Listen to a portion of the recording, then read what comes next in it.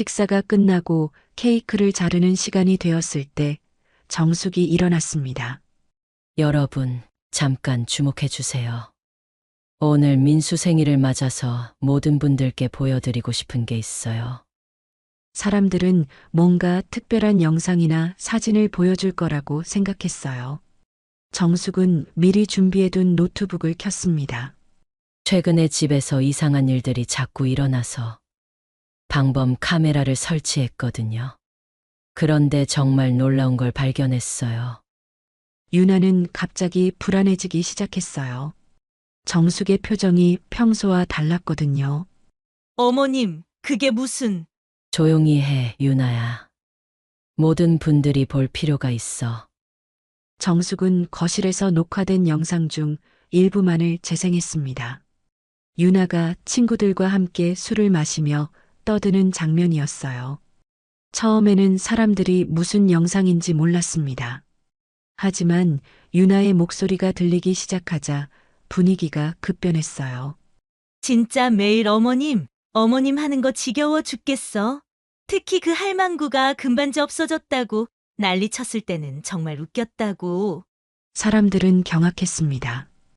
방금 전까지 완벽한 며느리였던 유나가 시어머니를 할망구라고 부르며 조롱하는 모습이었거든요.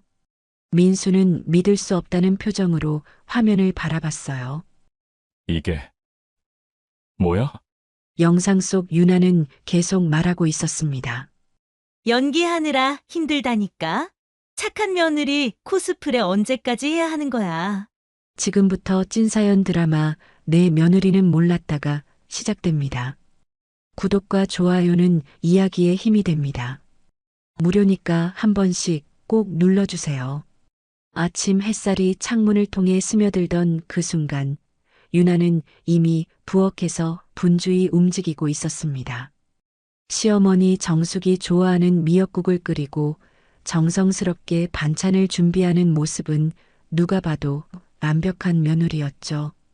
정숙이 거실로 나오자 유나는 환한 미소로 인사했습니다. 어머님, 안녕히 주무셨어요? 미역국 끓여놨으니까 따뜻하게 드세요. 정숙은 흐뭇한 표정으로 고개를 끄덕였습니다. 이런 며느리를 두고 무슨 불만이 있겠어요.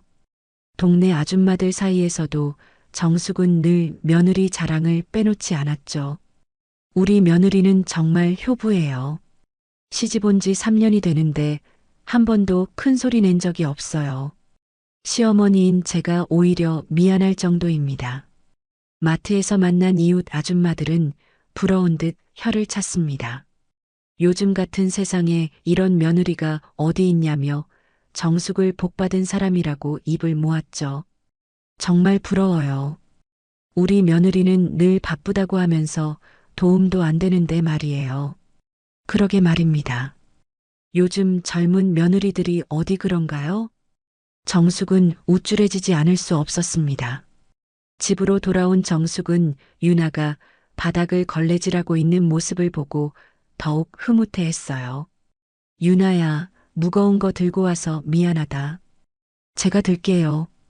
유나는 재빨리 일어나서 정숙의 장바구니를 받아들였습니다. 어머님 괜찮아요. 이런 건 당연한 거죠.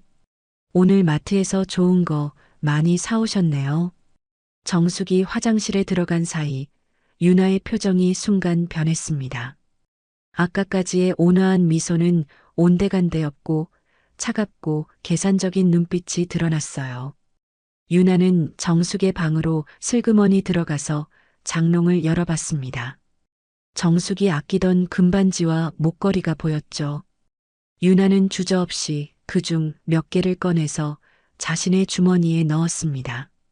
어차피 정숙은 기억력이 예전 같지 않아서 잠시 어디 뒀는지 모르겠다고 생각할 거였어요.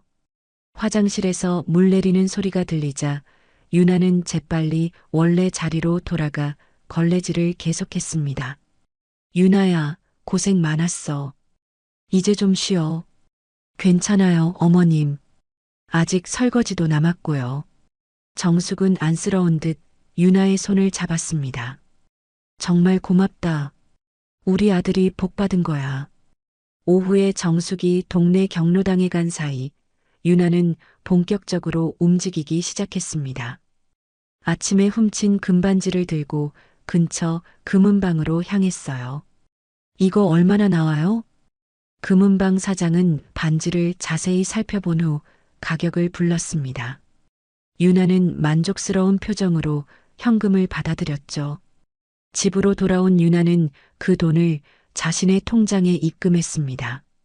저녁 무렵 정숙이 경로당에서 돌아왔을 때 유나는 이미 저녁 준비를 마친 상태였어요. 어머님, 오늘 경로당에서 재미있으셨어요? 응, 오늘은 노래교실이 있어서 좋았어. 근데 유나야, 혹시 내 금반지 봤니? 분명히 장롱에 뒀는데 없네. 유나는 태연하게 대답했습니다. 금반지요? 혹시 다른 곳에 두신 건 아닐까요? 제가 함께 찾아볼게요. 두 사람은 함께 방을 뒤졌지만 당연히 반지는 나오지 않았습니다. 정숙은 당황스러워했어요. 이상하네. 분명히 여기 뒀는데. 나이 드니까 깜빡깜빡하나 봐. 어머님 괜찮아요. 집 안에 있을 거예요. 내일 천천히 다시 찾아봐요. 그날 저녁 아들 민수가 퇴근했습니다. 정숙은 금반지 이야기를 꺼냈지만 민수는 별로 신경 쓰지 않는 듯 했어요. 엄마, 집 안 어디선가 나올 거야. 걱정 마. 식사 중에 민수는 유나의 손을 잡으며 말했습니다. 오늘도 고생 많았어, 여보. 맛있다. 유나는 환하게 웃었어요. 고마워. 민수가 좋아해 주니까 보람있어. 정숙도 흐뭇한 표정으로 두 사람을 바라봤습니다. 정말 보기 좋아. 우리 가족이 이렇게 화목해서 얼마나 다행인지 몰라.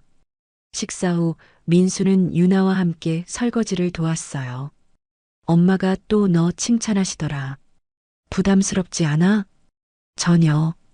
어머님이 좋아하시니까 나도 기뻐. 우리는 한 가족이잖아. 민수는 유나의 어깨를 다정하게 감쌌습니다. 고마워. 엄마를 이렇게 잘 모셔줘서. 밤이 되어 민수가 샤워를 하고 있을 때 유나는 자신의 방에서 서랍을 열었습니다. 그 안에는 오늘 오후에 몰래 복사해온 정숙의 주민등록증 사본과 인감도장, 그리고 통장 복사본이 들어 있었어요. 유나는 이 서류들을 보며 차가운 미소를 지었습니다. 이제 진짜 시작이야. 핸드폰을 꺼내 누군가에게 문자를 보냈습니다. 서류 준비 완료. 내일부터 본격적으로 움직일게. 샤워를 마친 민수가 방으로 들어왔습니다. 유나는 재빨리 서류들을 서랍 깊숙이 숨기고 평소의 표정으로 돌아갔어요. 샤워 시원했어? 응, 근데 너 괜찮아? 요즘 너무 고생하는 것 같아서 미안해.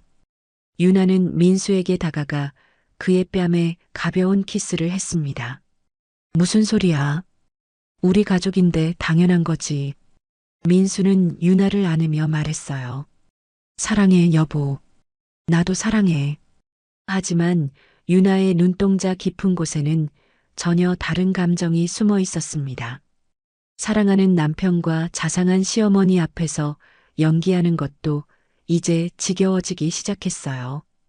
완벽한 며느리라는 가면 뒤에 숨어 있는 자신의 진짜 모습을 이 선량한 가족들은 아무도 모르고 있었습니다. 정숙은 여전히 자신의 며느리가 세상에서 가장 착한 사람이라고 믿고 있었고, 민수는 아내와 어머니 모두를 사랑하는 평범한 남편이었죠.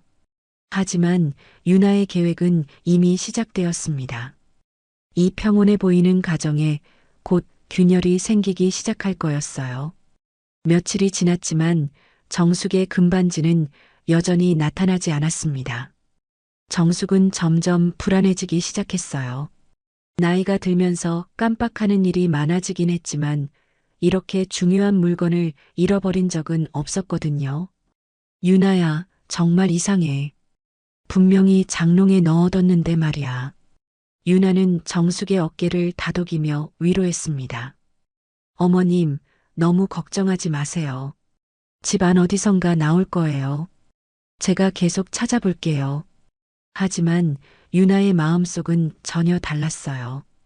반지를 판 돈은 시작에 불과했고 이제 본격적인 계획을 실행할 때가 왔다고 생각했거든요.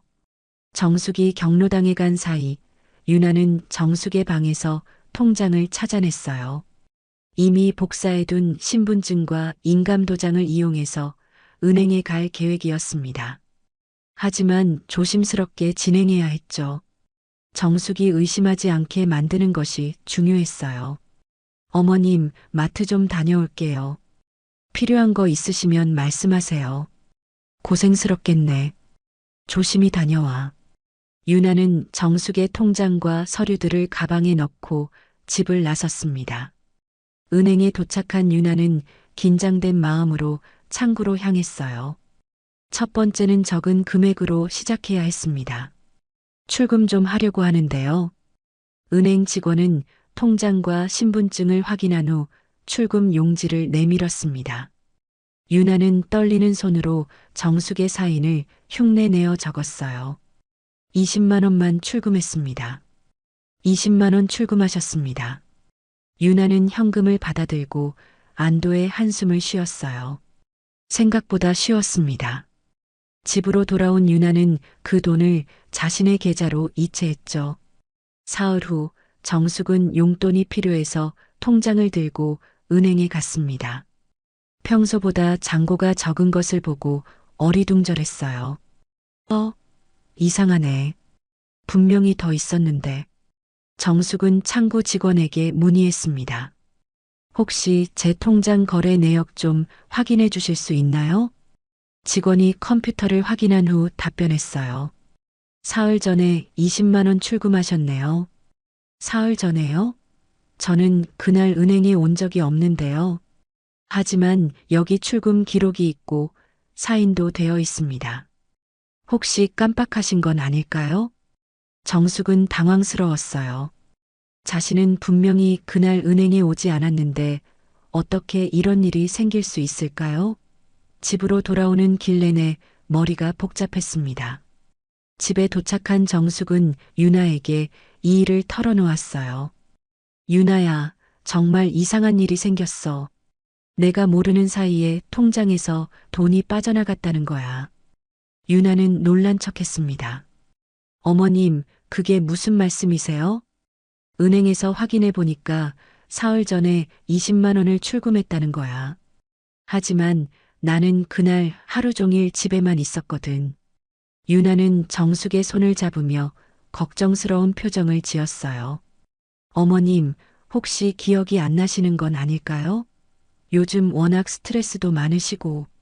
아니야, 분명히 기억해. 그날은 집에서 드라마만 봤어. 유나는 속으로는 계획이 성공했다고 생각하면서도 겉으로는 계속 걱정스러워 했습니다. 그럼 혹시 통장을 누가 훔쳐갔나요? 정숙은 고개를 저었어요. 그러기엔 사인도 되어 있다고 하고 정말 내가 깜빡한 건 아닐까? 일주일 후 유나는 다시 은행을 방문했습니다. 이번에는 15만 원을 출금했어요. 정숙이 완전히 자신의 기억력을 의심하게 만들려면 이런 일이 몇 번 더 필요했거든요. 며칠 뒤 정숙이 다시 은행을 갔을 때 예상대로 또 다른 출금 기록을 발견했습니다. 또 없어졌네. 이번에는 15만 원이. 정숙은 이번에는 정말 혼란스러워했어요. 자신의 기억력에 심각한 문제가 있는 건 아닐까요? 집으로 돌아온 정숙은 유나에게 털어놓았습니다. 유나야, 나 정말 이상해. 또 은행에 갔다 온 기억이 없는데 돈이 빠져나갔어. 어머님, 유나는 안쓰러운 표정을 지었어요. 혹시 병원에 한번 가보시는 게 어떨까요? 그날 저녁 민수가 퇴근했을 때 정숙은 아들에게도 이 일을 말했습니다. 민수야, 엄마가 요즘 정말 이상해. 금반지도 없어지고 은행에 간 기억도 없는데 돈이 자꾸 없어져. 민수는 심각한 표정으로 들었어요. 엄마, 총 얼마나 없어진 거야? 30만 원 넘게. 하지만 내 기억으로는 분명히 은행에 간 적이 없어. 유나가 조심스럽게 끼어들었습니다. 어머님, 정말 건강검진 한번 받아보시는 게 좋을 것 같아요. 민수도 걱정스러운 표정으로 고개를 끄덕였어요. 그래, 엄마. 한번 병원에 가보자. 정숙은 점점 자신감을 잃어갔습니다. 정말 자신에게 문제가 있는 건 아닐까요? 며칠 후, 유나는 마침내 본격적인 계획을 실행에 옮겼습니다. 대출 상담을 받기 위해 은행을 방문한 거예요. 정숙의 집 등기부등본과 서류들을 모두 준비해 갔습니다. 집을 담보로 대출을 받고 싶은데요. 대출 담당자는 서류들을 검토한 후 말했습니다. 집값을 감안하면 3천만 원까지 가능하겠네요. 좋습니다. 진행해 주세요. 유나는 정숙의 사인을 능숙하게 흉내내며 대출 서류에 서명했어요. 모든 절차가 완료되자 유나의 계좌로 3천만 원이 입금되었습니다. 그런데 바로 그날 오후 예상치 못한 일이 벌어졌습니다. 정숙에게 은행에서 전화가 온 거예요. 안녕하세요, 고객님.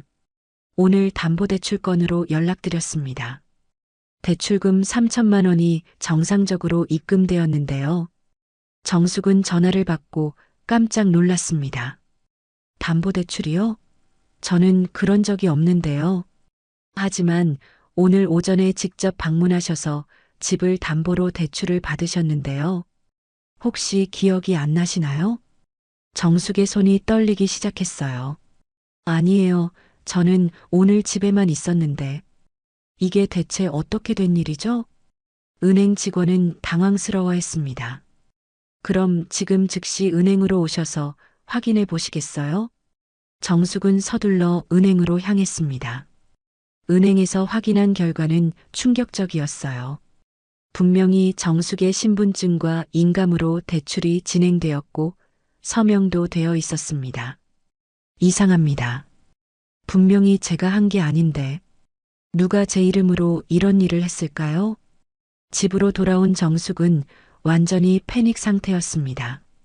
3천만 원이라는 큰 돈이 자신 모르게 대출되었다는 사실을 받아들일 수가 없었어요. 유나는 정숙의 모습을 보며 내심 당황했지만 겉으로는 최대한 침착하게 행동했습니다. 어머님, 진정하세요. 분명히 해결 방법이 있을 거예요. 하지만 정숙의 마음속에는 이제 의심의 씨앗이 자라나기 시작했습니다. 단순히 자신의 기억력 문제가 아닐 수도 있다는 생각이 들기 시작한 거예요. 3천만 원 대출 사건 이후 정숙의 마음은 하루도 편할 날이 없었습니다. 단순히 자신의 기억력 문제라고 생각하기에는 너무 큰 금액이었어요. 밤마다 잠을 이루지 못하며 이 일에 대해 계속 생각했죠. 정말 내가 그랬을까? 아니면 정숙은 혹시 누군가가 자신을 속이고 있는 건 아닌지 의심하기 시작했습니다. 하지만 그 누군가가 누구일까요? 집에는 아들 민수와 며느리 유나밖에 없는데 설마 이 착한 며느리가 그런 일을 했을 리는 없겠죠. 며칠이 지난 어느 날 정숙은 우연히 집 근처 전자상가에서 작은 카메라를 발견했습니다. 예전에 텔레비전에서 봤던 몰래카메라 같은 거였어요. 아줌마, 이거 어떻게 쓰는 거예요? 아, 이건 방범용 카메라인데요. 집에 혼자 계실 때 안전을 위해서 설치하시는 분들이 많아요. 메모리 카드만 끼우면 알아서 녹화가 되고요. 정숙은 잠시 고민했습니다. 정말 이런 걸 설치해야 하나 싶기도 했지만 계속되는 이상한 일들 때문에 불안했어요. 하나 주세요. 집으로 돌아온 정숙은 유나가 시장에 간 사이 카메라를 거실 책장에 몰래 설치했습니다. 책 사이에 숨겨두니 전혀 티가 나지 않았어요. 만약 자신이 외출했을 때 집에서 무슨 일이 일어나는지 알 수 있을 거였습니다. 다음 날 정숙은 일부러 경로당에 간다고 말했습니다. 유나야, 오늘 경로당에서 건강 강좌가 있어서 좀 늦을 것 같아. 어머님, 조심히 다녀오세요. 점심은 제가 준비해 둘게요. 정숙이 집을 나선 후 유나는 평소처럼 집안일을 시작했어요. 하지만 정숙이 완전히 집을 떠난 걸 확인한 후에는 전혀 다른 모습으로 변했습니다. 유나는 거실 소파에 앉아 친구들에게 문자를 보냈어요. 오늘 시어머니 없으니까 우리 집으로 와. 파티하자. 1시간 후 유나의 친구 3명이 집에 도착했습니다. 이들은 유나의 진짜 모습을 아는 유일한 사람들이었어요. 야, 유나. 정말 여기가 내 집이야? 완전 대박이네. 그러게. 시어머니 완전 호구네. 이런 집에서 공짜로 살다니. 유나는 냉장고에서 맥주를 꺼내며 웃었습니다. 그런데 요즘 좀 의심하는 것 같아. 조심해야 할 것 같아. 뭘 의심해? 내가 얼마나 완벽하게 연기하는데. 친구들은 거실에 둘러앉아 술을 마시며 떠들기 시작했어요. 유나는 평소에 정숙 앞에서 보여주던 조심스러운 모습은 온데간데 없었습니다. 진짜 매일 어머님 하는 거 지겨워 죽겠어. 특히 그 할망구가 금반지 없어졌다고 난리 쳤을 때는 정말 웃겼다고. 너 그거 팔았구나? 얼마나 받았어? 별로 안 됐어. 하지만 이제 큰 거 터뜨렸으니까 상관없어. 집을 담보로 3천만 원 뽑아냈거든. 친구들은 깜짝 놀랐어요. 미쳤다, 너. 그런 큰 돈을 들키면 어떻게 하려고? 안 들켜. 시어머니가 치매인 줄 알고 있으니까. 며칠 더 지나면 완전히 요양원에 보낼 수 있을 거야. 그때 유나는 핸드폰을 꺼내서 누군가와 영상통화를 시작했습니다. 화면 너머로 남자의 얼굴이 보였어요. 거실에 설치된 카메라가 이 모든 장면을 선명하게 녹화하고 있었죠. 자기야, 잘 지내? 응, 보고 싶었어. 언제 끝나는 거야? 곧이야. 이 집은 내 발판일 뿐이야. 계획이 다 끝나면 우리 둘이 새로 시작할 수 있어. 친구들은 수군거렸습니다. 야, 남편 있으면서 바람 피우면 안 되지. 남편? 그냥 바보야. 매일 회사 일만 하고 엄마만 생각하고 나한테는 전혀 관심도 없어. 어차피 이용만 하고 버릴 거야. 영상통화 속 남자가 말했습니다. 그런데 조심해. 너무 성급하게 굴지 마. 알았어. 하지만 이제 거의 다 왔어. 시어머니가 완전히 무력화되면 집 명의도 내 걸로 바꿀 수 있을 거야. 유나는 통화를 끊고 친구들과 계속 떠들었어요. 정숙에 대한 욕설과 함께 앞으로의 계획까지 자세히 이야기했죠. 진짜 그 할망구 표정 봤어야 했는데 은행에서 전화 왔을 때 완전 멘붕이더라고. 앞으로 몇 번만 더 이런 일 벌이면 정신병원에 보낼 수 있을 거야. 너 정말 무서운 년이다. 그래도 조심해. 들키면 큰일 나. 뭘 들켜. 완벽하게 계획했다고. 그 할망구는 이미 내 손바닥 안에 있어. 친구 중 한 명이 물었습니다. 그런데 남편은 정말 모르나? 유나는 비웃으며 대답했어요. 민수, 완전 마마보이야. 엄마 말만 듣고 나한테는 관심도 없어. 어차피 나중에 이혼할 거니까 상관없어. 와, 너 정말 대단하다. 3년 동안 그런 연기를 했다니. 연기, 이제 지겨워 죽겠어. 하루빨리 끝내고 싶어. 시간이 지나 정숙이 돌아올 시간이 다가오자 친구들은 서둘러 집을 떠났습니다. 유나는 재빨리 집안을 정리하고 맥주병들을 치운 후 평소의 착한 며느리 모습으로 돌아갔어요. 정숙이 집에 도착했을 때 유나는 부엌에서 저녁 준비를 하고 있었습니다. 어머님, 어떻게 오셨어요? 건강 강좌 재미있으셨죠? 응, 그런데 좀 일찍 끝나서 일찍 왔어. 정숙은 유나의 표정을 유심히 살펴봤지만 평소와 다를 게 없어 보였어요. 완벽한 연기였습니다. 정숙은 혹시 자신의 의심이 잘못된 건 아닐까 생각했죠. 며칠 후 정숙은 카메라의 메모리 카드를 확인해 보기로 했습니다. 사실 아무것도 나오지 않기를 바라는 마음이었어요. 하지만 카드를 컴퓨터에 넣고 영상을 재생하는 순간 정숙은 믿을 수 없는 광경을 목격했습니다. 화면 속에는 완전히 다른 사람이 된 유나가 있었어요. 친구들과 함께 술을 마시며 자신을 할망구라고 부르고 금반지를 훔친 일을 자랑스럽게 이야기하는 모습까지. 가장 충격적인 건 영상통화 장면이었습니다. 유나가 다른 남자와 애정행각을 벌이며 이 집은 내 발판일 뿐이라고 말하는 모습을.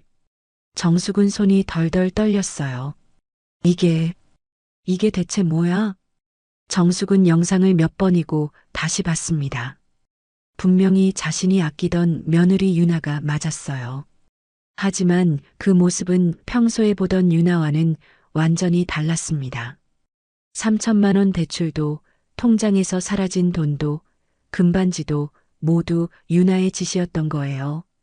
더 충격적인 건 유나가 자신을 치매 환자로 몰아서 요양원에 보내려 한다는 계획까지 알게 된 거였습니다. 그날 저녁 유나가 평소처럼 다정하게 인사할 때 정숙은 소름이 돋았어요. 이 모든 게 연기였다는 걸 이제 알았거든요. 어머님, 오늘 컨디션이 안 좋아 보이세요. 어디 아프신가요? 아니야, 괜찮아. 정숙은 최대한 평정심을 유지하려고 노력했습니다. 하지만 마음속으로는 큰 충격을 받았어요. 3년 동안 자신이 진짜 딸처럼 아껴온 며느리가 사실은 자신을 이용만 하고 있었다니. 더 큰 문제는 이제 어떻게 해야 하느냐는 거였습니다. 아들 민수에게 이 사실을 말해야 할까요?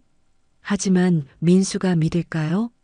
유나는 아직도 완벽한 가면을 쓰고 있었거든요.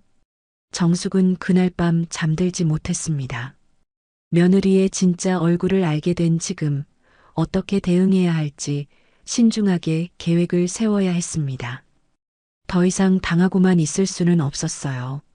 며칠 동안 정숙은 신중하게 계획을 세웠습니다. 유나의 진실을 알게 된 이상 더 이상 당하고만 있을 수는 없었어요. 하지만 영상 전체를 공개하기에는 너무 충격적인 내용들이 있었습니다. 특히 불륜 장면은 아들에게 보여주기가 차마 어려웠어요. 일단은 가벼운 것부터 시작해서 유나의 반응을 보기로 했죠. 마침 며칠 후가 민수의 생일이었어요. 평소라면 가족끼리 조용히 보냈겠지만 이번에는 친척들과 가까운 지인들을 모두 초대하기로 했습니다. 유나야, 이번 민수 생일에는 사람들을 좀 많이 불러볼까? 유나는 의외라는 표정을 지었어요.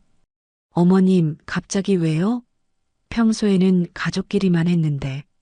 민수가 30이 되는 해니까 좀 특별하게 해주고 싶어서.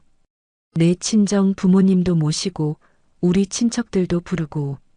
유나는 내심 불편했지만 거절할 수도 없었습니다. 네, 어머님 뜻대로 하세요. 제가 준비 도와드릴게요. 정숙은 마음속으로 미소 지었어요. 유나가 얼마나 완벽하게 연기하는지 모든 사람들이 직접 보게 될 거였습니다. 생일 당일 집에는 20명 가까운 사람들이 모였어요. 민수의 직장 동료들, 친척들, 그리고 정숙의 오랜 친구들까지. 유나는 평소처럼 완벽한 며느리 역할을 했습니다. 안녕하세요. 민수 아내 유나입니다. 멀리서 와주셔서 고맙습니다. 어머, 정말 예쁘고 착해 보이네요. 정숙 언니가 맨날 며느리 자랑하더니 이래서 그랬구나. 사람들은 유나의 정중한 모습에 감탄했어요. 음식 준비부터 손님 접대까지 완벽했거든요. 민수도 자랑스러워했습니다. 우리 유나가 이렇게 준비를 다 했어요. 정말 고마운 아내죠. 식사가 끝나고 케이크를 자르는 시간이 되었을 때 정숙이 일어났습니다. 여러분, 잠깐 주목해 주세요. 오늘 민수 생일을 맞아서 모든 분들께 보여드리고 싶은 게 있어요. 사람들은 뭔가 특별한 영상이나 사진을 보여줄 거라고 생각했어요. 정숙은 미리 준비해둔 노트북을 켰습니다. 최근에 집에서 이상한 일들이 자꾸 일어나서 방범 카메라를 설치했거든요. 그런데 정말 놀라운 걸 발견했어요. 유나는 갑자기 불안해지기 시작했어요. 정숙의 표정이 평소와 달랐거든요. 어머님, 그게 무슨... 조용히 해, 유나야. 모든 분들이 볼 필요가 있어. 정숙은 거실에서 녹화된 영상 중 일부만을 재생했습니다. 유나가 친구들과 함께 술을 마시며 떠드는 장면이었어요. 처음에는 사람들이 무슨 영상인지 몰랐습니다. 하지만 유나의 목소리가 들리기 시작하자 분위기가 급변했어요. 진짜 매일 어머님 하는 거 지겨워 죽겠어. 특히 그 할망구가 금반지 없어졌다고 난리 쳤을 때는 정말 웃겼다고. 사람들은 경악했습니다. 방금 전까지 완벽한 며느리였던 유나가 시어머니를 할망구라고 부르며 조롱하는 모습이었거든요. 민수는 믿을 수 없다는 표정으로 화면을 바라봤어요. 이게 뭐야? 영상 속 유나는 계속 말하고 있었습니다. 연기하느라 힘들다니까. 착한 며느리 코스프레 언제까지 해야 하는 거야. 사람들은 웅성거리기 시작했어요. 유나는 당황했지만 재빨리 변명했습니다. 이건 제가 술에 취해서 한 말이에요. 친구들 앞에서 스트레스 받는다고 푸념한 거예요. 푸념? 정숙이 냉소적으로 웃었어요.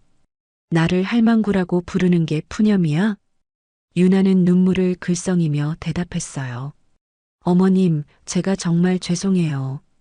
하지만 어머님이 요즘 자꾸 저를 의심하셔서 너무 스트레스를 받아서. 사람들이 웅성거렸습니다. 유나는 이 기회를 놓치지 않았어요. 어머님이 요즘 자꾸 물건을 잃어버리세요. 그런데 저한테 의심을 하시니까 제가 너무 억울해서 친구들한테 하소연을 한 거예요. 하소연? 정숙이 분노했습니다. 내가 나를 할망구라고 부른 게 하소연이야? 유나는 더욱 적극적으로 나섰습니다. 어머님, 진정하세요. 어머님이 최근에 기억력이 많이 안 좋아지셨잖아요. 금반지도 어디 두셨는지 기억 못 하시고, 은행에 가신 것도 기억 못 하시고, 몇몇 사람들이 고개를 끄덕였어요. 실제로 정숙이 최근에 기억력 문제를 겪고 있다는 걸 알고 있었거든요. 민수도 혼란스러워했어요. 엄마, 정말 기억이 안 나는 거야? 유나는 슬픈 표정으로 민수에게 다가갔습니다. 여보, 어머님이 요즘 정말 많이 이상하셔. 없는 일을 있다고 하시고, 저를 자꾸 의심하시고. 그런데 영상에서는 분명히 제가 술에 취해서 화가 나서 한 말이에요. 어머님이 저를 도둑 취급하시니까 기분이 나빠서 친구들한테 푸념한 거예요. 물론 할망구라고 한 건 정말 죄송하지만 너무 스트레스를 받아서. 유나는 눈물을 흘리며 호소했어요. 여러분도 아시잖아요. 어머님이 최근에 자꾸 물건 잃어버리시고 은행 일도 기억 못 하시고 저는 정말 걱정돼서 어떻게 해야 할지 모르겠어요. 사람들 사이에서 수군거림이 시작됐습니다. 정말 정숙이 치매 초기 증상인 건 아닐까 하는 의심이 퍼지기 시작한 거예요. 한 친척이 말했습니다. 정숙 언니, 요즘 정말 깜빡하는 일이 많아졌잖아. 그러게요. 지난번에도 약속 시간을 잘못 기억하셨고. 유나는 더욱 적극적으로 정숙을 치매 환자로 몰아갔어요. 어머님, 제발 현실을 받아들이세요. 병원에 가시면 치료받을 수 있어요. 저를 계속 의심하시면서 이런 식으로 저를 곤란하게 하시면 안 돼요. 정숙은 억울했지만 유나의 치밀한 전략에 당황했습니다. 영상에서 분명히 유나가 자신을 조롱하는 모습이 나왔는데도 오히려 자신이 치매 환자 취급을 받고 있었어요. 아니야, 나는 멀쩡해. 내가 정말로 나를 속이고 있는 거야. 유나는 민수에게 매달렸습니다. 여보, 어머님 좀 말려줘. 저는 정말 억울해요. 물론 술 취해서 나쁜 말 한 건 죄송하지만 어머님이 계속 저를 의심하시니까. 민수는 갈등했습니다. 영상 속 유나의 말은 분명히 충격적이었지만 유나의 해명도 일리가 있어 보였어요. 그리고 실제로 어머니의 기억력 문제도 걱정되는 상황이었죠. 엄마, 정말 금반지를 어디다 뒀는지 기억이 안 나는 거야? 정숙은 절망적이었습니다. 아들마저 자신을 의심하고 있었어요. 유나는 눈물을 흘리며 말했어요. 여보, 저는 정말 어머님을 모시고 싶어요. 하지만 이런 식으로 의심받으면서는 너무 힘들어요.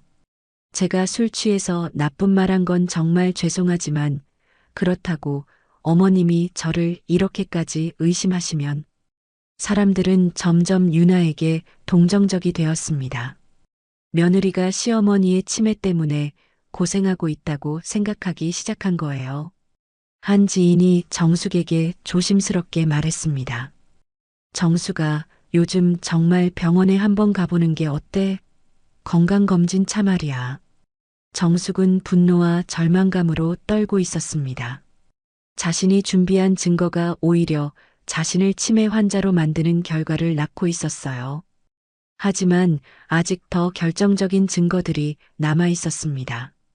이번에는 유나가 이겼지만 진짜 승부는 이제부터였어요. 그날의 생일 파티는 정숙에게는 최악의 결과로 끝났습니다. 손님들은 유나를 동정하며 집으로 돌아갔고 정숙은 오히려 치매 의심을 받는 처지가 되었습니다. 유나의 교묘한 반격이 성공한 순간이었어요. 생일 파티 이후 정숙의 상황은 더욱 악화되었습니다. 친척들과 지인들은 모두 유나를 동정하며 정숙에게 병원 검진을 권했어요. 심지어 아들 민수까지도 어머니의 정신 상태를 걱정하기 시작했죠. 엄마, 정말 한번 병원에 가보자. 건강검진 차 말이야. 나는 아무 문제 없어. 유나가 거짓말하는 거라고. 하지만 민수는 고개를 저었어요. 엄마, 영상을 봤잖아. 유나가 술 취해서 한 말이라고 해도 엄마가 요즘 깜빡하는 일이 많은 건 사실이잖아. 정숙은 절망적이었습니다. 자신의 말을 믿어주는 사람이 아무도 없었어요. 유나는 완벽하게 자신을 치매 환자로 만드는데 성공했죠. 며칠 후 상황은 더욱 심각해졌습니다. 민수가 회사에서 돌아오자마자 심각한 표정으로 말했어요. 엄마, 유나랑 상의해서 결정했는데 정신병원에서 정밀 검사를 받아보자. 정신병원? 정숙은 깜짝 놀랐어요. 내가 왜 정신병원에 가야 해? 유나가 눈물을 글썽이며 끼어들었습니다. 어머님, 저도 정말 걱정돼요. 계속 이런 식으로 저를 의심하시면 저희 가족이 어떻게 되겠어요? 그래, 엄마. 일단 정확한 검사를 받고 치료하자. 요즘 치매 치료법도 많이 발달했다고 해. 정숙은 더 이상 버틸 수 없다고 느꼈습니다. 이대로 가면 정말로 정신병원에 강제 입원될 수도 있었어요. 그때 문득 옛 기억이 떠올랐습니다. 젊은 시절 변호사 사무실에서 일했던 경험과 그때 알게 된 변호사 친구 김 변호사가 생각났죠. 알겠어. 그럼 내가 병원에 가기 전에 할 일이 있어. 며칠만 시간을 줘. 민수와 유나는 정숙이 순순히 받아들이는 것에 의외라는 표정을 지었어요. 특히 유나는 뭔가 불안한 기색을 보였습니다. 그날 밤 정숙은 조용히 김 변호사에게 전화를 걸었어요. 김 변호사님, 저 박정숙입니다. 급히 상담받을 일이 있는데. 아, 정숙 씨. 오랜만이네요. 무슨 일이세요? 정숙은 자신의 상황을 자세히 설명했습니다. 며느리의 배신, 영상 증거, 그리고 치매몰이까지. 정말 심각한 문제네요. 일단 증거를 더 확보해야겠어요. 영상만으로는 부족할 수 있으니까. 어떻게 해야 할까요? 며느리가 실제로 범죄를 저질렀다면 반드시 흔적이 있을 거예요. 은행 기록, 대출 서류, 통화 기록. 이런 것들을 조사해 봐야 합니다. 김 변호사는 구체적인 조언을 해 주었어요. 그리고 가장 중요한 건 절대로 들키면 안 된다는 거예요. 상대방이 이미 치매 카드를 사용하고 있으니까 더욱 조심스럽게 움직여야 합니다. 다음 날부터 정숙은 은밀하게 증거 수집을 시작했습니다. 유나가 시장에 간 사이 집을 뒤져보며 숨겨진 서류들을 찾아냈어요. 서랍 깊숙한 곳에서 대출 관련 서류들과 자신의 위조된 사인 연습장까지 발견했죠. 이런, 정말 치밀하게 준비했구나. 정숙은 이 모든 것들을 휴대폰으로 촬영해서 증거로 보관했습니다. 그리고 김 변호사에게도 복사본을 보냈어요. 김 변호사는 서류들을 검토한 후 연락했습니다. 정숙 씨, 이거면 충분해요. 명백한 사문서 위조와 사기죄입니다. 바로 고소장을 접수할 수 있어요. 정말요? 네, 그런데 한 가지 더 확실하게 하고 싶은 게 있어요. 며느리가 실제로 그 돈을 어떻게 사용했는지 추적해 봅시다. 며칠 후, 김 변호사로부터 놀라운 소식이 전해졌습니다. 정숙 씨, 며느리분이 대출받은 돈 대부분을 다른 남자 명의 계좌로 송금했어요. 불륜 상대인 것 같네요. 정숙은 충격을 받았지만 동시에 안도했어요. 이제 확실한 증거가 생긴 거였죠. 그리고 더 놀라운 사실이 있어요. 며느리분이 이미 다른 남자와 함께 아파트 계약을 해놨더라고요. 새 살림을 차릴 준비를 하고 있었던 거예요. 정숙은 분노가 치밀어 올랐지만 이제는 확신이 섰습니다. 유나의 모든 계획이 완전히 드러난 거였어요. 김 변호사는 조용히 말했습니다. 정숙 씨, 이제 고소장을 접수할까요? 사기죄, 사문서 위조죄로 고소할 수 있어요. 네, 해주세요. 더 이상 참을 수 없어요. 그날 오후 정숙은 김 변호사와 함께 경찰서에 가서 고소장을 접수했습니다. 모든 증거 자료와 함께 말이죠. 경찰은 증거들을 검토한 후 심각한 표정을 지었어요. 이건 명백한 범죄네요. 바로 수사에 착수하겠습니다. 언제쯤 조치가 이루어질까요? 내일 아침에 영장을 신청해서 집 압수수색을 할 예정입니다. 정숙은 마음이 후련했어요. 드디어 진실이 밝혀질 때가 온 거였죠.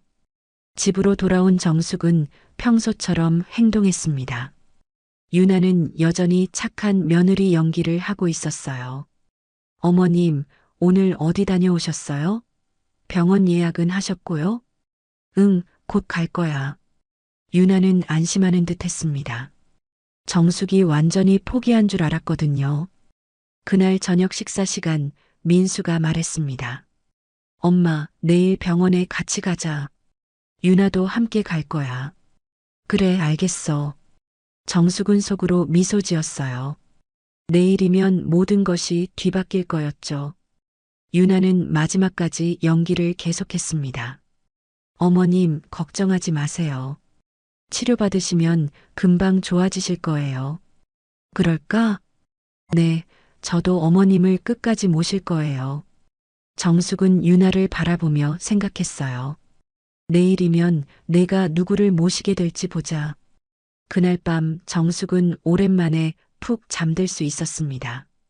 몇 달간의 악몽이 드디어 끝날 때가 온 거였어요. 유나는 자신이 완전히 승리했다고 생각하며 잠들었지만 내일 아침에는 모든 것이 달라져 있을 거였습니다.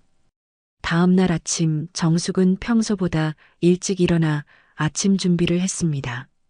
마음이 한결 가벼웠어요. 오늘이면 모든 진실이 밝혀질 거라는 확신이 있었거든요. 유나도 일찍 일어나서 정숙을 위해 아침을 준비하고 있었습니다. 여전히 완벽한 며느리 연기를 하고 있었죠. 어머님, 오늘 병원 가시는 날이죠? 제가 특별히 미역국 끓였어요. 고마워, 유나야. 정숙은 유나의 마지막 연기를 지켜보며 씁쓸하게 웃었어요. 곧 모든 가면이 벗겨질 텐데 말이죠. 민수도 일찍 일어나서 회사에 반차를 내고 어머니와 함께 병원에 갈 준비를 했습니다. 엄마, 걱정하지 마. 요즘 치료법이 많이 발달했다고 하니까. 그래, 민수야. 고마워. 오전 9시쯤 세 사람이 병원에 가려고 준비하고 있을 때 초인종이 울렸습니다. 유나가 문을 열러 갔는데 밖에는 경찰관 2명이 서 있었어요. 안녕하세요. 수사관입니다. 혹시 김유나 씨 계시나요? 유나는 갑자기 얼굴이 하얗게 변했습니다. 네, 저인데요. 무슨 일이시죠? 사기 및 사문서 위조 혐의로 고소가 접수되어서 왔습니다. 영장이 나왔으니 동행해 주시기 바랍니다. 민수는 깜짝 놀라며 달려왔어요. 무슨 일이에요?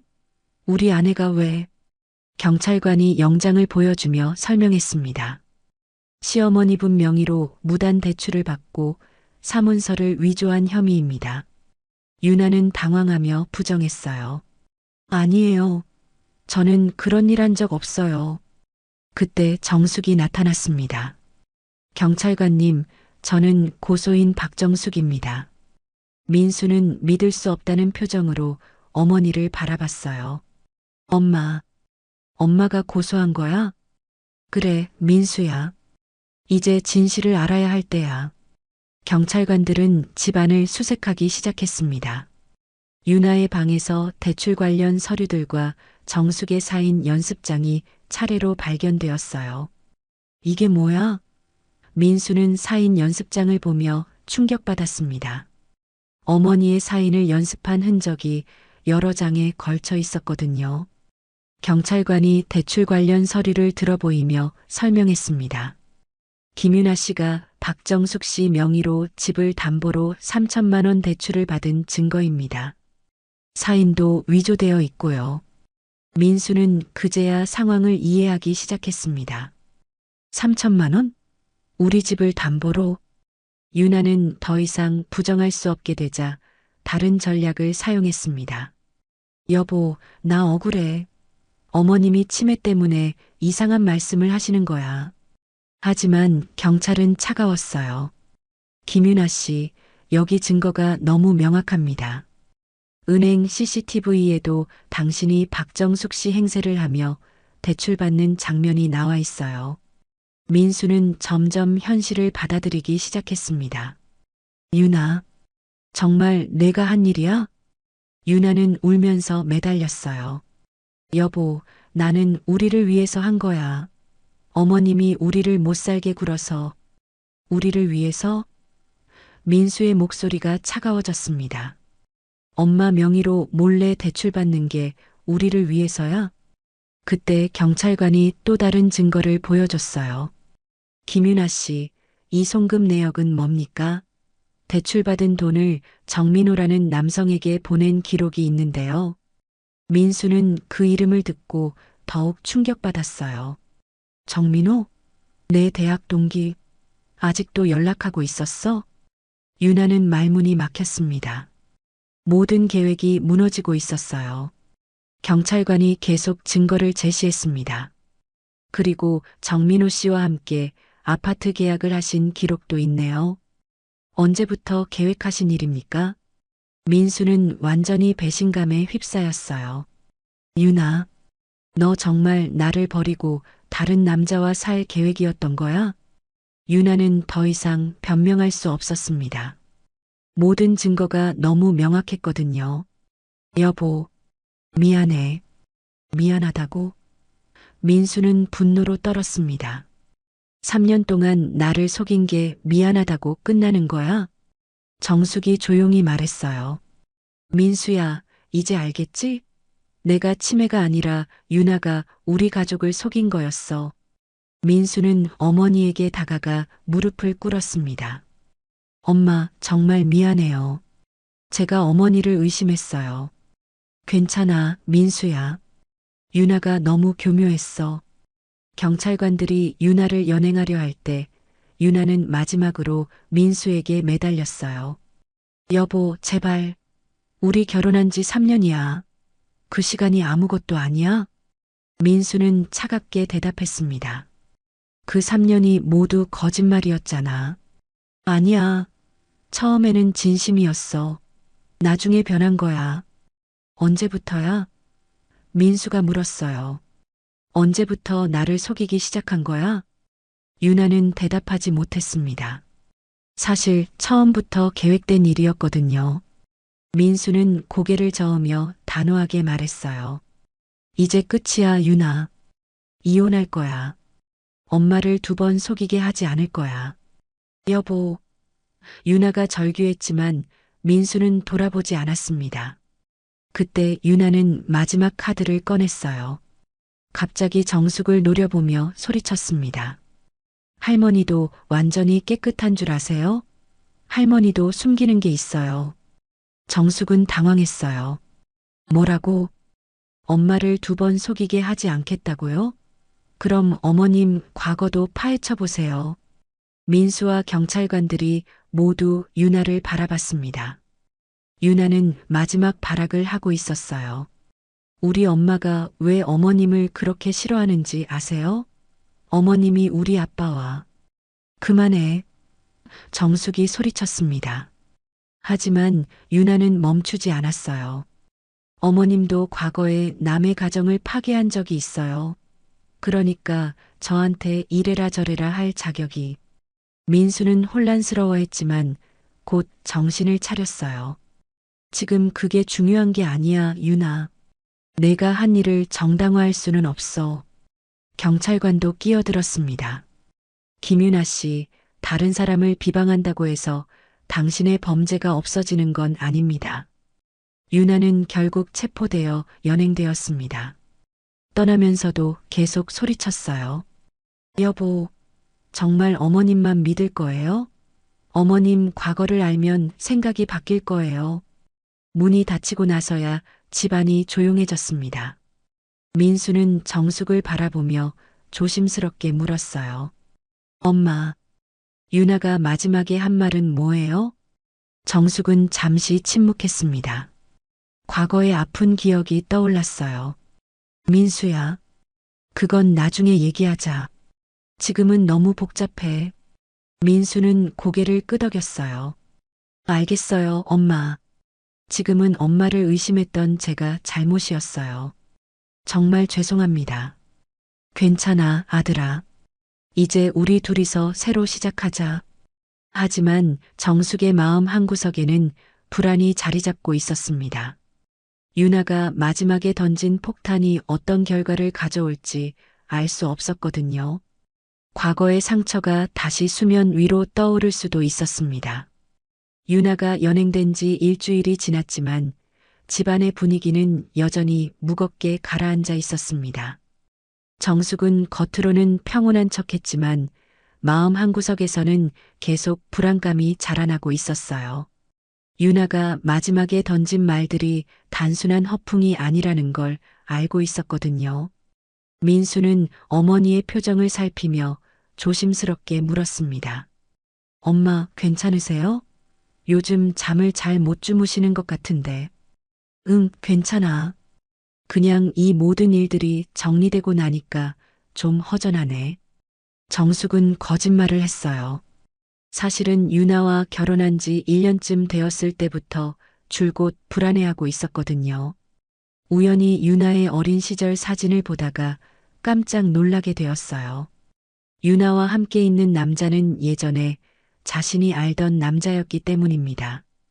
그 남자는 정숙이 과부가 되어 홀로 어린 민수를 키우던 시절에 만났던 사람이었어요. 당시 정숙은 남편을 잃고 경제적으로도 심리적으로도 매우 힘든 상황이었죠. 그 남자는 정숙에게 따뜻하게 다가왔고 정숙도 외로움에 마음이 흔들렸던 적이 있었습니다. 하지만 그 남자에게는 가정이 있었어요. 임신한 아내와 어린 딸이 있다는 걸 알게 된 정숙은 깊이 후회했고 그 관계를 정리하려고 애썼던 거였죠. 그때 정숙은 많은 것을 깨달았어요. 유나의 성씨, 고향, 그리고 아버지의 얼굴까지 모든 퍼즐이 맞춰지는 순간이었죠. 설마 이 아이가 그때 그 남자의 딸일까? 하는 생각이 들었지만 너무나 우연의 일치 같아서 확신할 수는 없었어요. 하지만 정숙은 유나가 이 사실을 전혀 모를 거라고 생각했어요. 그때 유나는 겨우 10살 정도였으니까 아버지의 일을 정확히 알기에는 아직 어렸을 거라고 여겼죠. 그래서 혼자서만 이 비밀을 간직하며 혹시나 하는 마음에 유나를 더욱 잘 보살펴왔던 거였습니다. 그런데 그날 오후 정숙이 가장 두려워했던 순간이 찾아왔습니다. 초인종 소리에 문을 열어보니 며칠간 보지 못했던 사돈 영자가 서 있었어요. 정숙 씨, 안녕하세요. 하지만 영자의 표정은 평소와 달랐습니다. 차갑고 분노에 찬 얼굴이었어요. 영자 씨, 어서 들어오세요. 정숙은 불안한 마음으로 영자를 안으로 모셨습니다. 민수도 나와서 인사했어요. 안녕하세요. 유나 일로 많이 힘드시죠? 민수야.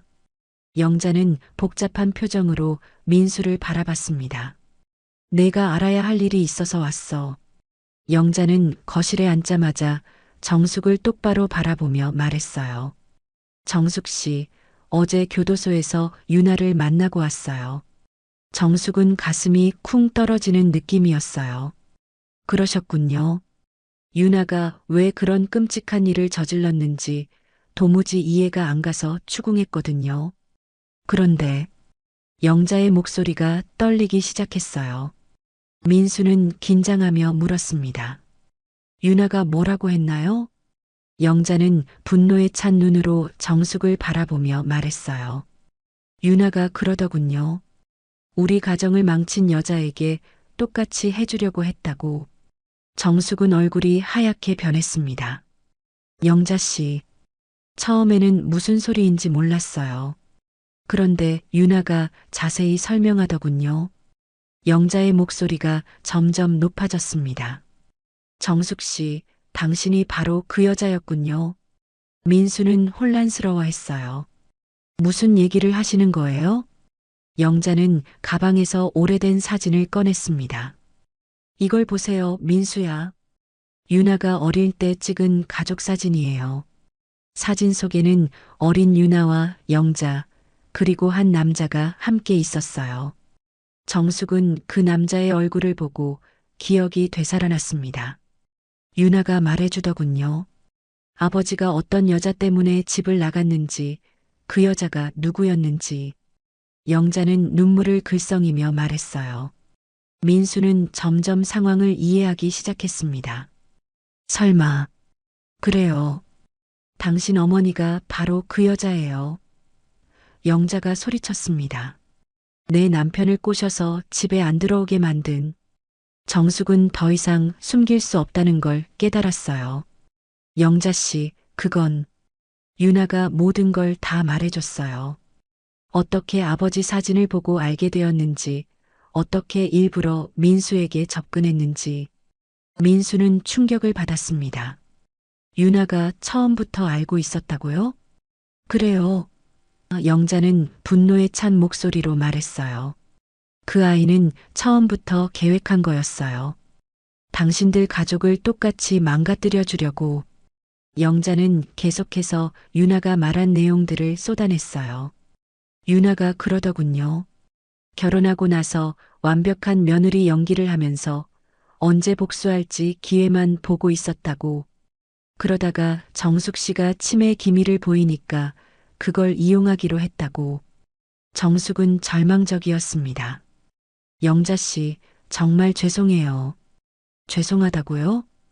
영자는 일어서며 소리쳤습니다. 당신이 우리 집을 어떻게 만들었는지 아세요? 영자는 눈물을 흘리며 과거의 일을 말하기 시작했어요. 남편이 당신 때문에 몇 달 동안 집에 안 들어왔어요. 그때 저는 임신 중이었는데 영자의 목소리가 떨렸습니다. 그 충격으로 유산했어요. 민수는 경악했어요. 유산을요? 그래요. 유나 동생이 될 아이였어요. 유나는 그때 겨우 10살이었는데 엄마가 계속 울고 아파하는 모습을 봤거든요. 영자는 더욱 격해졌습니다. 유나가 어릴 때부터 계속 물어봤어요. 왜 아빠가 안 들어오는지, 왜 엄마가 우는지, 동생은 어디 갔는지. 정숙은 그제야 모든 것을 이해했어요.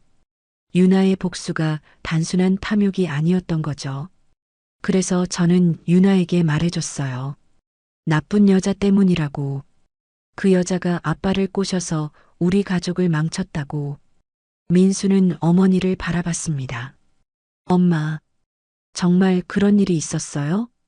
정숙은 고개를 숙이며 대답했어요. 민수야, 그때 일은 복잡해. 하지만 내가 잘못한 건 맞아. 영자는 비웃었어요. 복잡하다고요? 남의 남편을 꼬신 게 뭐가 복잡해요? 영자 씨, 그런 게 아니에요. 그럼 뭐예요? 남편이 일방적으로 좋아했다고요? 그럼 왜 몇 달씩이나 계속 만났어요? 정숙은 할 말이 없었어요. 그때의 일을 설명하기에는 너무 복잡했거든요. 영자는 계속 말했어요. 유나가 그러더군요. 어릴 때부터 복수를 다짐했다고. 언젠가는 그 여자 가족도 똑같이 망가뜨려 주겠다고. 그래서 일부러 민수에게 접근한 거였군요. 민수가 중얼거렸어요. 유나는 모든 걸 계획했어. 완벽한 며느리로 당신들을 안심시킨 다음 때가 되면 모든 걸 빼앗아 가려고. 영자는 마지막으로 정숙을 노려보며 말했어요. 정숙 씨, 당신이 우리에게 한 일을 생각하면 유나가 한 일은 아무것도 아니에요. 오히려 당연한 거였어. 정숙은 눈물을 흘리며 말했어요. 영자 씨, 정말 죄송해요. 하지만 그때 상황이 어쨌든 결과는 같잖아요. 우리 가족이 망가진 건 사실이고 제 아이가 죽은 것도 사실이에요. 방 안은 무거운 침묵에 휩싸였습니다. 모든 진실이 드러났지만 그 진실은 너무나 아팠어요. 영자는 돌아서며 마지막으로 말했어요. 이제 알았으니까 됐어요. 유나도 벌받고 있고 당신도 진실을 알게 되었으니까. 하지만 정숙 씨, 당신이 한 일은 절대 용서할 수 없어요. 영자가 나간 후 정숙과 민수는 오랫동안 말이 없었습니다. 과거의 상처가 이렇게 큰 복수를 불러일으켰다는 사실이 너무나 충격적이었어요. 하지만 아직 모든 진실이 밝혀진 것은 아니었습니다. 정말 중요한 이야기는 아직 남아 있었어요. 영자가 떠난 후 몇 개월 동안 정숙과 민수는 조용한 일상을 이어갔습니다. 정숙은 자신의 과거가 불러일으킨 비극에 대한 죄책감을 안고 살았고, 민수는 어머니를 조용히 지켜보며 시간이 모든 것을 해결해 주기를 기다렸어요. 그러던 어느 날 6개월 만에 영자로부터 연락이 왔습니다. 정숙 씨, 갑자기 연락드려서 죄송해요. 잠깐 뵐 수 있을까요? 중요한 얘기가 있어서요. 정숙은 망설였지만 거절할 수 없었어요. 네, 오세요. 이번에 찾아온 영자의 모습은 많이 달라져 있었습니다. 예전의 분노나 적대감은 온데간데 없고 오히려 조심스럽고 미안한 표정이었어요. 정숙 씨, 지난번에 너무 심하게 말씀드린 것 같아서. 그런데 오늘 온 이유는 따로 있어요. 영자는 가방에서 낡은 일기장을 꺼냈습니다. 이사 준비를 하다가 남편의 오래된 책장에서 발견했어요. 남편이 쓰던 일기장인데 정숙 씨에 관한 내용이 있더라고요. 정숙은 그 일기장을 보며 불안했어요. 또 다른 비난이 적혀 있을까 봐서요. 읽어보세요. 영자는 일기장을 펼쳐서 정숙에게 건넸습니다. 정숙은 조심스럽게 그 페이지를 읽기 시작했어요. 정숙은 내가 만난 사람 중 가장 선량한 사람이다. 내가 아무리 매달려도 끝까지 선을 지켰다. 당신에게는 가정이 있어요. 아내분을 생각하세요라고 계속 말하며 나를 집으로 돌려보내려 했다. 정숙의 손이 떨렸어요. 계속 읽어 내려갔습니다. 오늘도 정숙이 울면서 말했다. 제발 돌아가세요. 저 때문에 다른 가정이 무너지는 걸 볼 수 없어요. 하지만 나는 너무 이기적이었다. 정숙의 따뜻함에 취해서 가정을 뒤로 밀었다. 민수도 옆에서 함께 읽고 있었어요. 영자가 유산한 것은 모두 내 탓이다. 정숙이 아니라 나 때문이다. 정숙은 오히려 빨리 집에 가서 아내를 돌보라고 했는데 내가 듣지 않았다. 모든 책임은 나에게 있다. 영자는 목소리를 낮춰 말했어요. 더 있어요. 유나가 자꾸 묻는다. 왜 아빠가 집을 안 들어오는지, 왜 엄마가 우는지. 영자는 화가 나서 정숙을 나쁜 여자라고 말하지만 그건 사실이 아니다. 정숙은 우리 가정을 지키려고 했던 사람이다. 일기의 마지막 부분이었어요. 언젠가 유나가 커서 진실을 물으면 정숙은 나쁜 사람이 아니라고 말해줘야겠다. 아빠가 잘못했다고, 정숙은 오히려 우리를 도와준 사람이라고. 영자는 고개를 숙였습니다. 정숙 씨, 정말 죄송해요. 제가 완전히 오해하고 있었어요. 아니에요, 영자 씨. 당연히 그렇게 생각하실 수밖에 없었어요. 유나에게도 잘못 가르쳤어요. 그 아이가 당신을 그렇게 미워하게 만든 건 결국 저 때문이었네요. 영자는 교도소에 면회를 가서 유나에게 일기장을 보여줬다고 했어요. 유나는 처음에는 믿으려 하지 않았지만 아버지의 친필을 보고는 결국 진실을 받아들였다고 했습니다. 유나가 편지를 썼어요. 꼭 전해달라고 하더라고요. 정숙은 편지를 받아 읽었습니다. 유나의 진심 어린 사과와 후회가 담겨 있었어요. 하지만 정숙은 그저 조용히 편지를 접었을 뿐이었습니다. 유나에게 전해주세요. 서로 잘못 이해했던 일이니 이제 잊고 지내자고요. 3년이 흘렀습니다. 정숙의 치매는 점점 심해져 갔고 민수는 어머니를 위해 요양보호사를 구하기로 했어요. 요양원에서 파견된 보호사가 오기로 한 날 민수는 집에서 기다리고 있었습니다. 초인종이 울렸어요. 민수가 문을 열자 낯익은 얼굴이 서 있었습니다. 안녕하세요. 요양보호사로 파견받은 김유나입니다. 민수는 깜짝 놀랐어요. 유나야? 유나는 많이 달라져 있었어요. 예전의 교묘한 미소는 온데간데 없고 담담하면서도 진중한 표정이었습니다. 오랜만이에요, 민수야. 아니, 민수 씨. 어떻게 요양보호사가 출소 후에 자격증을 땄어요. 그런데 설마 제가 어머님을 모시게 될 줄은 몰랐네요. 민수는 복잡한 심정이었어요. 유나야, 이건 좀 괜찮아요. 저도 처음에는 놀랐지만 이것도 인연인 것 같아요. 정말로 어머님을 잘 모실게요. 유나는 정숙이 있는 방으로 들어갔습니다. 정숙은 창가에 앉아 멍하니 밖을 바라보고 있었어요. 어머님. 정숙은 유나를 바라봤지만 알아보지 못했어요. 하지만 유나는 괜찮았습니다. 안녕하세요. 저는 유나예요. 앞으로 어머님을 돌봐드릴 거예요. 유나는 정숙의 손을 조심스럽게 잡았어요. 예전에는 계산적으로 했던 행동을 이제는 정말 마음에서 우러나서 하고 있었습니다. 어머님, 점심 드실까요? 정숙은 고개를 끄덕였어요. 유나가 누군지는 모르지만 왠지 편안한 기분이 들었거든요. 민수는 멀리서 그 모습을 지켜봤어요. 유나가 정성스럽게 정숙을 돌보는 모습을 보니 복잡한 감정이 들었습니다. 몇 주가 지나면서 유나는 정말로 헌신적으로 정숙을 돌봤어요. 예전의 가식적인 모습과는 전혀 달랐습니다. 진심이었어요. 어느 날 오후 정숙이 유나의 손을 잡으며 말했어요. 고마워요, 딸아.